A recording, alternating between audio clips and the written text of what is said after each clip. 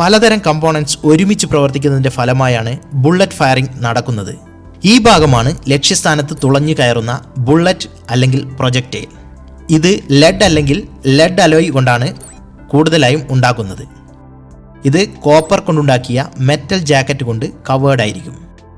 ഏകദേശം 7.5 ഗ്രാം മുതൽ 9.5 ഗ്രാം വരെയാണ് ഇതിൻ്റെ ഭാരം. എയർ റെസിസ്റ്റൻസ് കുറക്കാൻ എയറോഡൈനാമിക് ഷേപ്പിലാണ് ഇതിൻ്റെ ഡിസൈൻ. ഈ ഭാഗമാണ് കേസിംഗ്. ഇതിൻ്റെ അകത്താണ് ബുള്ളറ്റ് പ്ലേസ് ചെയ്യുന്നത്. ഇത് സാധാരണ നിർമ്മിക്കുന്നത് ബ്രാസ് അല്ലെങ്കിൽ സ്റ്റീൽ കൊണ്ടാണ്.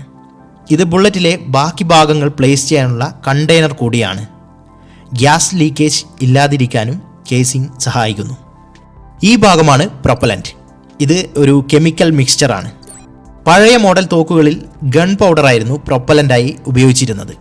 എന്നാൽ ഇന്ന് സ്മോക്ക്ലെസ് പൗഡറാണ് ഉപയോഗിക്കുന്നത്. ഇത് ടിപ്പിക്കലി നൈട്രോ സെല്ലുലോസിൻ്റെയും നൈട്രോ ഗ്ലിസറിൻ്റെയും മിക്സ്ചറാണ്. 0.26 to 0.39 ഗ്രാംസ് ഒക്കെയാണ് ഒരു ബുള്ളറ്റിൽ ഉപയോഗിക്കുന്ന പ്രൊപ്പലൻ്റിൻ്റെ അളവ്. ഇത് കത്തുമ്പോൾ കേസിങ്ങിൻ്റെ അകത്ത് ഹൈ പ്രഷർ ഗ്യാസ് ഉണ്ടാകുന്നു. ഇതിൻ്റെ ഫലമായാണ് ബുള്ളറ്റ് അതിശക്തമായി ഫയർ ചെയ്യപ്പെടുന്നത്. ഗണ്ണിൻ്റെ ട്രിഗർ വലിക്കുമ്പോൾ ഫയറിംഗ് പിൻ പ്രൈമറിൽ ശക്തിയായി ഇടിക്കുന്നു. പ്രൈമർ എന്നത് കേസിങ്ങിൻ്റെ അടിഭാഗത്തായി ഫിക്സ് ചെയ്തിരിക്കുന്ന ചെറിയൊരു എക്സ്പ്ലോസീവ് പാർട്ടാണ്. ഫയറിംഗ് പിൻ ഇടിക്കുമ്പോൾ പ്രൈമർ കത്താൻ തുടങ്ങുന്നു. ഈ സ്പാർക്ക് കാരണം പ്രൊപ്പലൻ്റ് കത്തുന്നു. പ്രൊപ്പലൻ്റ് കത്തുമ്പോൾ പെട്ടെന്ന് തന്നെ ഹൈ പ്രഷർ ഗ്യാസ് ഈ ഏരിയയിൽ നിറയുന്നു. ഈ പ്രഷർ പീക്കിലെത്തുമ്പോൾ ബുള്ളറ്റ് ഹൈ വെലോസിറ്റിയിൽ മുന്നോട്ടേക്ക് കുതിക്കുന്നു.